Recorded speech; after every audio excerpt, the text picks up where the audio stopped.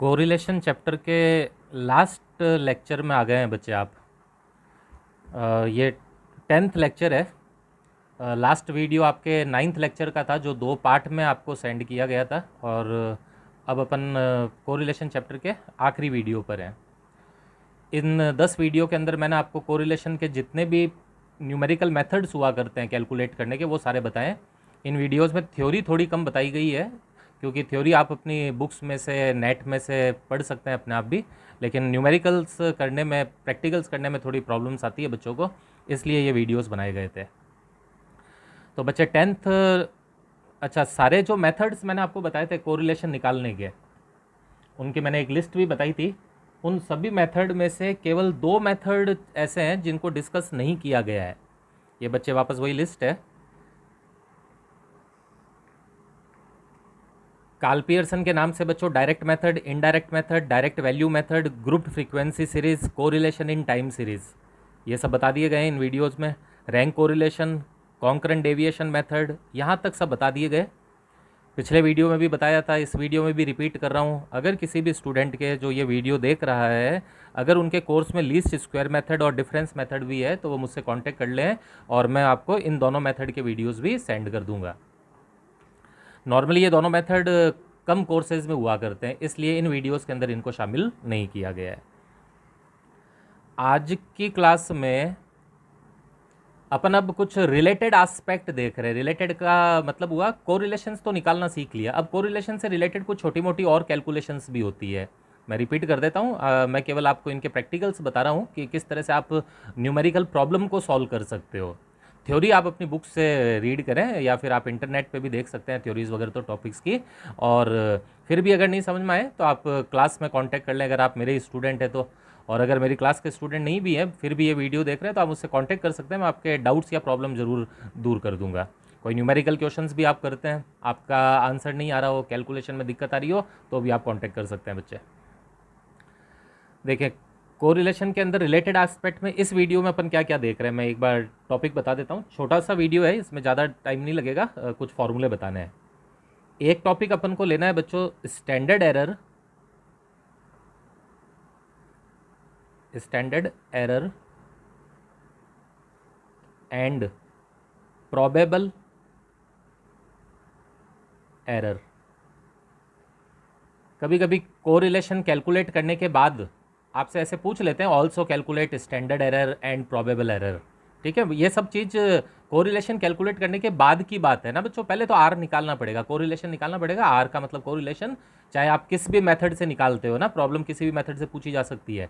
ये सेकेंडरी बात है, बाद में पूछा जा सकता है कि ऑल्सो कैलकुलेट प्रोबेबल एरर या ऑल्सो कैलकुलेट स्टैंडर्ड एरर्स। ये एरर्स एक्चुअल में स्टैटिक्स कैलकुलेशन मिस्टेक्स वगैरह हुआ करती है। कई बार अपन जब डाटा कलेक्ट करते हैं, ठीक है, कोई एक्स सीरीज़ और वाई सीरीज़ के डाटा कलेक्ट करते हैं, तो उनके कलेक्शंस के अंदर हो सकता है गड़बड़ हो गई हो, कोई काउंटिंग्स वगैरह में गड़बड़ हो गई हो। मैं बहुत लिमिटेड एस्पेक्ट में बोल रहा हूँ, थ्योरी है ना, इसके लिए आप लोगों को सजेशन यही है कि आप अपनी बुक्स से बच्चे रेफ़र करें थ्योरीज़ के लिए। तो स्टैंडर्ड एरर, प्रोबेबल एरर। दूसरा अपन इस वीडियो में देखेंगे बच्चे, चेकिंग ऑफ सिग्निफिकेंस।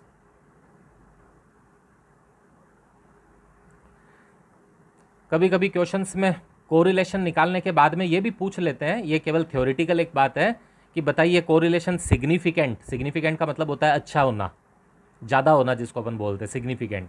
एक होता है इनसिग्निफिकेंट, इनसिग्निफिकेंट का मतलब बहुत ही कम कोरिलेशन। इस तरह से बोल देते हैं कि एडवाइज ऑन इट्स सिग्निफिकेंस, या फिर कमेंट ऑन इट्स नेचर, यानी कोरिलेशन के नेचर पे कमेंट करें। तो कमेंट का मतलब यही है कि ये बताना है कि कोरिलेशन सिग्निफिकेंट है या नहीं है। और तीसरा बच्चों, मेरे डिप्लोमा के जो बच्चे हैं, डाटा साइंस के डिप्लोमा वाले, उन बच्चों के कोर्स में ये टॉपिक भी है, तो मैं इसी चैप्टर के अंदर इसको इंक्लूड कर रहा हूँ टॉपिक को। हालांकि ये स्टैंडर्ड डेविएशन वाले चैप्टर का टॉपिक है बच्चों ना, दैट इज़ डिस्पर्जन। और डाटा साइंस वाले बच्चों का जहाँ तक डिस्पर्जन टॉपिक है, मेरे ख्याल से इस स्टैटिक्स के पेपर में नहीं है डिस्पर्जन वाला चैप्टर कोर्स में, बट इसलिए मैं इस कोरिलेशन वाले चैप्टर में इस टॉपिक को इंक्लूड कर रहा हूँ, कोवेरियंस वाले को।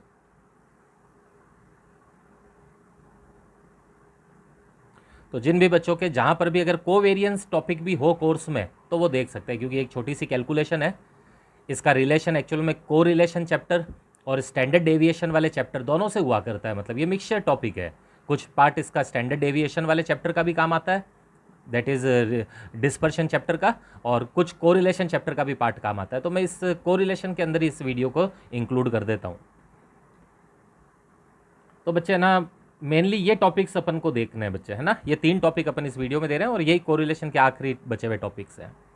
सबसे पहले मैं आपको ऊपर वाले दोनों के फॉर्मूले बता देता हूँ।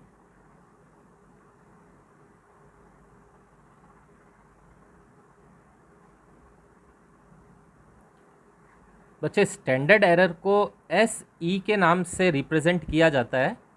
कभी कभी कुछ क्वेश्चंस में आपको एंड में ये पूछा जा सकता है, जैसे कहेगा कि find the correlation and also calculate standard error या also calculate probable error.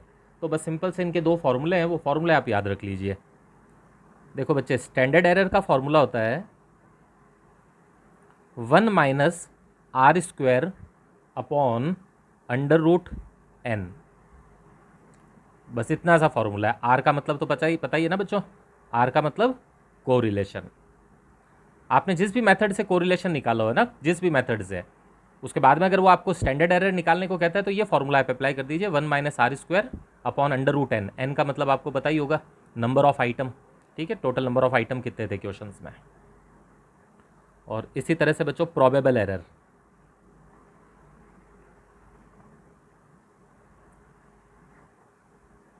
Probable error को बच्चों पीई के नाम से रिप्रेजेंट किया जाता है, ठीक है, प्रोबेबल एरर पीई।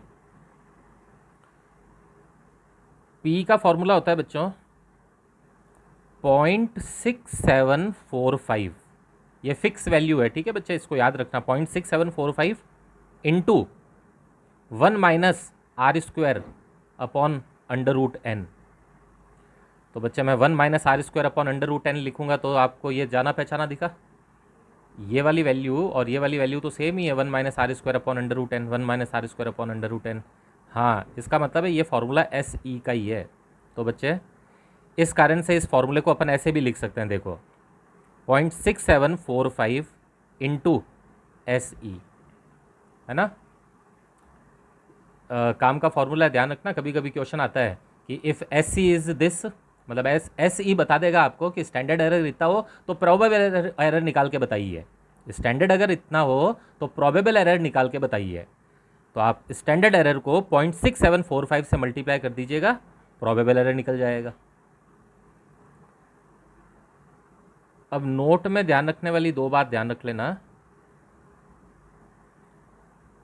एक तो बच्चों ये जो वैल्यू है ना 0.6745, हालांकि ये एग्जैक्ट वैल्यू है 0.6745। अगर आप लोग कैलकुलेटर यूज़ कर रहे हैं अपने एग्जाम्स वगैरह में तो 0.6745 यूज़ करें, लेकिन ये ध्यान रखना कभी कभी 0.6745 की जगह 2/3 भी यूज़ किया जाता है, 2/3, क्योंकि आपको पता होगा 2/3 जब 2 को 3 से डिवाइड करते हैं ना बच्चे तो 0.666666 आ जाता है। तो ये वाली वैल्यू और ये वाली नियर बाय तो है बच्चे, 0.666 को राउंड ऑफ करके 0.67 ही तो करते हैं अपन, तो ये भी देखो 0.67 है। तो बस ये ध्यान रखना, कभी कभी कुछ कैलकुलेशन में 2/3 दिख सकता है तो आप ये मत समझना कि फॉर्मूला गलत उन्होंने लगा दिया या आप गलत हैं। 0.6745 की जगह 2/3 लगाया जाता है, लेकिन अगर आप कैलकुलेटर यूज़ कर रहे हैं एग्जाम में तो फिर बच्चे 0.6745 को ही यूज़ करना। और एक बी नोट जो मैंने यहाँ पे भी बताया था, प्रोबेबल एरर और स्टैंडर्ड एरर का आपस में रिलेशन, वो भी ध्यान रखना, देख लो। प्रोबेबल एरर निकालने के लिए आप क्या कर सकते हो, स्टैंडर्ड एरर को 0.6745 से मल्टीप्लाई कर सकते हो, जैसे कि अभी बताया था। तो बच्चे स्टैंडर्ड एरर निकालने के लिए क्या करोगे, मतलब अगर मैं आपको स्टैंडर्ड एरर देता हूँ और प्रोबेबल एरर पूछता हूँ तो स्टैंडर्ड एरर को 0.6745 से मल्टीप्लाई करें, पी आ जाएगा। उल्टा पूछ लूँ तो पी अगर दूँ और एस सी पूछूँ तो बच्चे ये चीज़ डिवाइड में आ जाती है, डिनोमिनेटर में, देखो, या फिर पीई को आप इससे डिवाइड कर दो 0.6745 से तो क्या आ जाता है, एस ई। ये आपस का रिलेशन भी ध्यान रखना है इसका। ये बच्चे रिलेटेड एस्पेक्ट में अपन को रिलेशन के लास्ट वीडियो में है और उससे रिलेटेड एस्पेक्ट में कुछ आपको और बता रहा हूँ। तो प्रोबेबल एरर और स्टैंडर्ड एरर का टॉपिक था ये वाला। अब अगले पेज पे अपन देखते हैं ये चेकिंग ऑफ सिग्निफिकेंस बहुत इजी है। ये भी सिग्निफिकेंस की चेकिंग करने के लिए भी प्रोबेबल एरर के फॉर्मूले की जरूरत होती है, या फिर कह दूं प्रोबेबल एरर की जरूरत होगी। देखो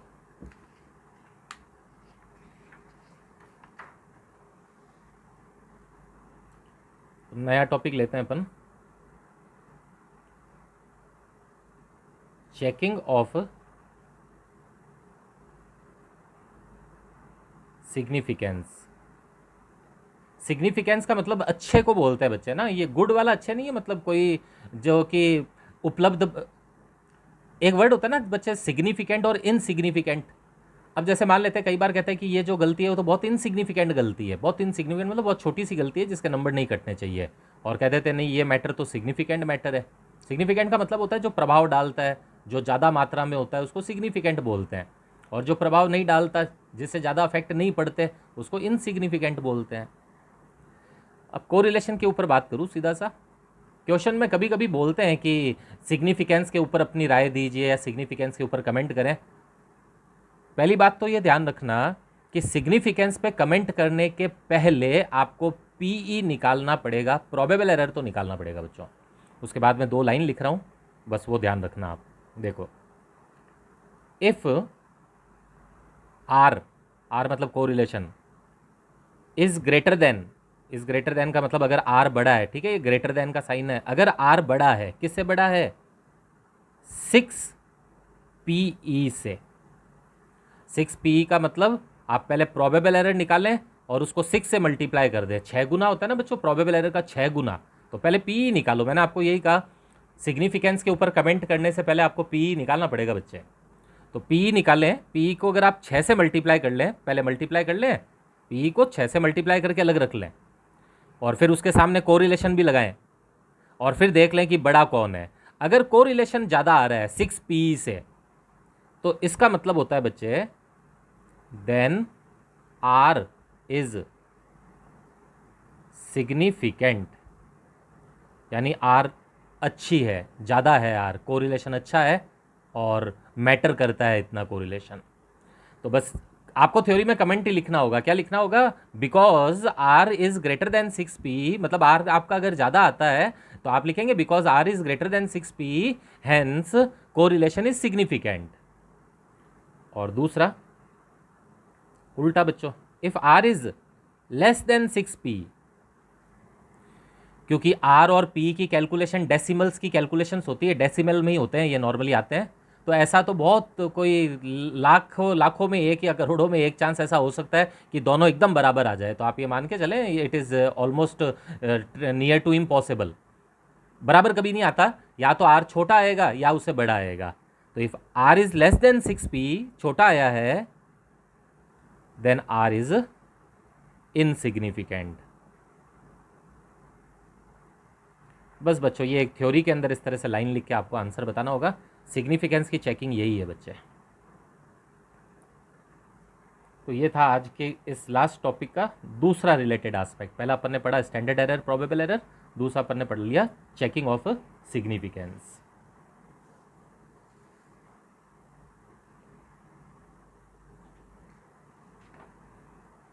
अब बच्चे एक लास्ट टॉपिक वो कोवेरिएंस वाला लेता हूँ, उसके एक आध मैं आपको फॉर्मूले भी बता देता हूँ। देखो,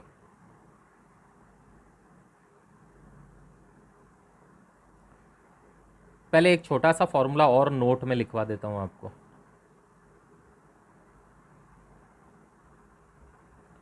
कोरिलेशन बाय वेरिएंस।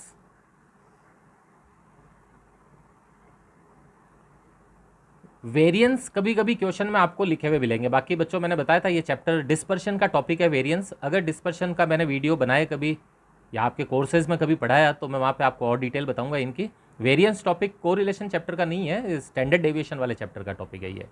लेकिन हमारे इसमें कोरिलेशन में कभी कभी काम आ जाता है। वो ऐसे कि क्वेश्चन में कभी कभी क्या होता है कि वेरिएंस दिए हुए होते हैं आपको, ठीक है, क्वेश्चन में बता देगा कि एक्स सीरीज़ का वेरिएंस इतना है, वाई सीरीज़ का वेरिएंस इतना है, और आपको कहेगा कि कोरिलेशन वगैरह निकाल कर बताओ कोरिलेशन। तो कुछ छोटे फॉर्मूले हैं, याद रखना बच्चों। कोवेरिएंस, सॉरी अपन तो आर निकाल रहे हैं ना, correlation, R is equal to covariance of X and Y.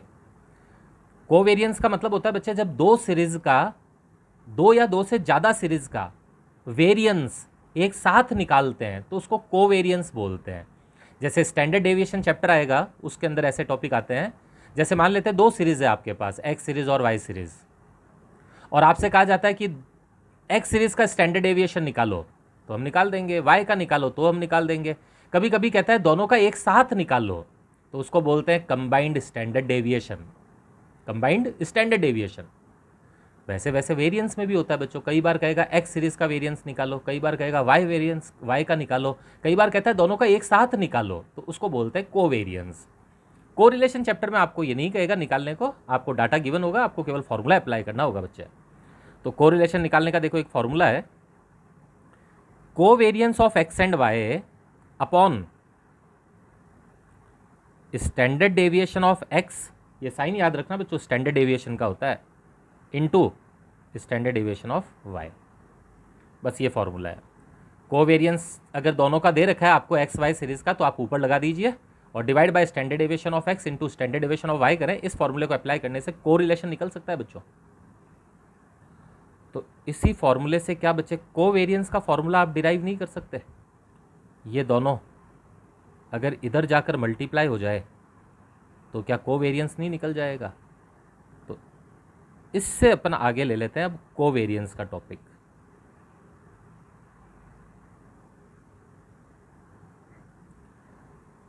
देखो कोवेरियंस निकालने का जो सबसे फॉर्मूले वाला तरीका है जो यहाँ पर ऊपर लिखा हुआ था उसके अकॉर्डिंग देखा जाए तो देखो क्या फॉर्मूला बन रहा है, covariance of X and Y, मतलब दो सीरीज है, हम दो सीरीज का एग्जांपल मान के चल रहे हैं, दो सीरीज है, इनका वेरिएंस अगर निकालना हो कोवेरियंस, तो क्या करोगे, आर मतलब पहले दोनों सीरीज का कोरिलेशन निकाल लो, into standard deviation of X into standard deviation of Y. ये बनाया ना फॉर्मूला। देखो कोवेरियंस अगर निकालना है आपको तो ये दोनों इधर जाकर मल्टीप्लाई हो जाएंगे इक्वल टू के इधर जाकर, तो इधर जाकर अगर मल्टीप्लाई हुए तो ये फॉर्मूला बन गया ना। कोवेरियंस ऑफ एक्स वाई कैसे निकलता है, एक्स आर, आर मतलब correlation, into standard deviation of X into standard deviation of Y.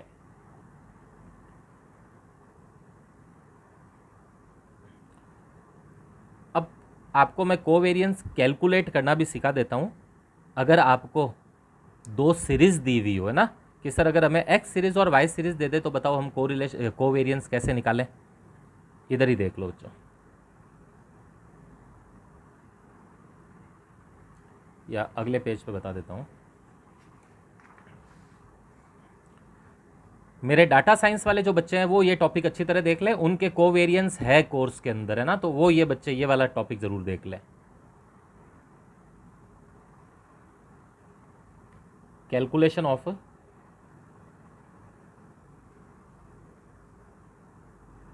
Covariance.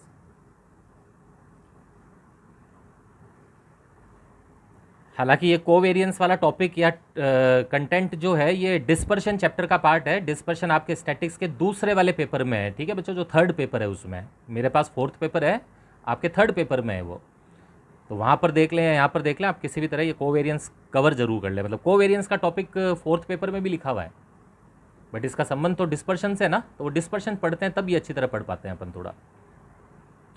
देखो कोरिलेशन कोवेरियंस कैसे निकालते हैं। जैसे बच्चे मान लेते हैं आपको एक्स और वाई सीरीज दे रखी है, ठीक है, दो सीरीज है, एक्स सीरीज, ठीक है, दो सीरीज है। या तो आप बच्चे ये फॉर्मूला वाला तरीका फॉलो कर सकते हो, ये जो दिया हुआ है। इसके लिए पहले आपको तीन चीज़ें निकालनी पड़ेगी। कौन कौन सी तीन, पहले तो दोनों सीरीज का कोरिलेशन निकालो। कोरिलेशन का तो पूरा चैप्टर पढ़ लिया आपको, तो अब आता ही होगा निकालना। तो पूरे इन एक्स और वाई सीरीज से कोरिलेशन निकाल लो। एक्स सीरीज का स्टैंडर्ड डेविएशन निकालो जो कि डिस्पर्शन चैप्टर में आप पढ़ोगे, और वाई सीरीज का भी स्टैंडर्ड डेविएशन निकालो। या तो ये तीनों चीज़ें अलग अलग कैलकुलेट कर लो, standard deviation of X, standard deviation of Y और कोरिलेशन, और तीनों को मल्टीप्लाई कर दो तो आंसर आ जाएगा। कि नहीं सर फिर तो बहुत लेंदी हो जाएगा ये टॉपिक, फिर तीनों कैलकुलेशन अब कब तक करेंगे। तो बच्चे देखो दूसरा तरीका, इसके सॉल्यूशन में आप क्या करें, पहले एक टेबल बनाएं, x dx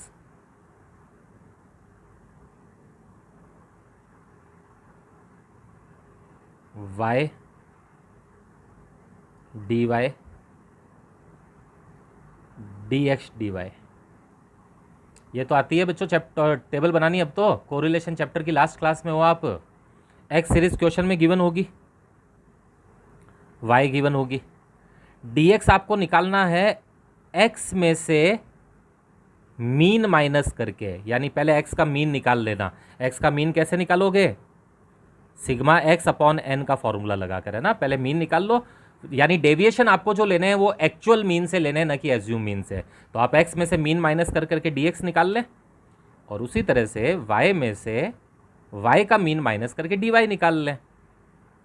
y का मीन कैसे निकालोगे, सिग्मा y अपॉन n, इससे y का मीन निकल जाएगा, और y का मीन निकलने के बाद आप डेविएशन निकाल लें। तो x माइनस एक्स बार dx निकल गया, y माइनस वाई बार करोगे तो dy निकलेगा, और फिर dx और dy को मल्टीप्लाई करके dx dy निकाल दो, dx और dy को मल्टीप्लाई करके dx dy निकाल दो। इसकी टोटल हमें चाहिएगी सिग्मा dx dy। उसके बाद में देखो कितना छोटा सा फॉर्मूला है कोवेरियंस का। कोवेरियंस का फॉर्मूला होगा बच्चे सिग्मा dx dy, यानी ये वाली टोटल अपॉन n। n मतलब आपको कितने आइटम दिए गए थे ना, दोनों सीरीज में कितने आइटम दिए थे, जिसको अपन नंबर ऑफ पेयर बोलते हैं। बस ये फॉर्मूला हुआ करता है कोवेरियंस का। आ गया बच्चों समझ में। कोवेरियंस कैसे निकालोगे, x सीरीज उसका dx निकालें, y सीरीज उसका dy निकालें, और dx dy को मल्टीप्लाई करें, फिर इसकी टोटल को नंबर ऑफ आइटम से डिवाइड करें, कोवेरियंस निकल जाएगा। और दूसरा तरीका आप चाहो तो कौन सा वाला ले सकते हो, ये वाला तरीका भी ले सकते हो काम में। ये लेने के लिए आपके पास तीनों कैलकुलेशन होनी चाहिए, तो आप तीनों को मल्टीप्लाई करके कोवेरियंस निकाल दें। बस बच्चे टॉपिक कंप्लीट है। एक छोटा सा एक फॉर्मूला बताता हूँ, कभी कभी ज़रूरत हो सकती है बच्चे। स्टैंडर्ड डेविएशन का स्क्वायर करने पर वेरिएंस आया करता है, ध्यान रखना, और वेरिएंस का अंडर रूट करने पर स्टैंडर्ड डेविएशन आता है, ध्यान रखना। मैं ये नहीं कह रहा कहाँ काम आएगा, लेकिन मैं कह रहा हूँ हो सकता है कहीं स्टैटिक्स पढ़ते पढ़ाते कहीं ना कहीं काम आ जाए।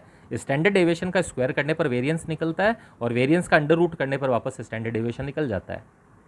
क्या सर काम कहाँ आएगा, देखो बच्चों यहाँ पे आ जाए तो हो सकता है कभी कभी क्वेश्चन में स्टैंडर्ड डेविएशन ऑफ एक्स और वाई की जगह वेरिएंस ऑफ एक्स और वाई दिया हुआ आ जाए, तो आप ना घबराएं, वेरिएंस का अंडर रूट कर दीजिए तो वो स्टैंडर्ड डेविएशन बन जाता है बच्चों। ठीक है, वेरिएंस का अंडर रूट करने पर वो स्टैंडर्ड डेविएशन बन जाता है।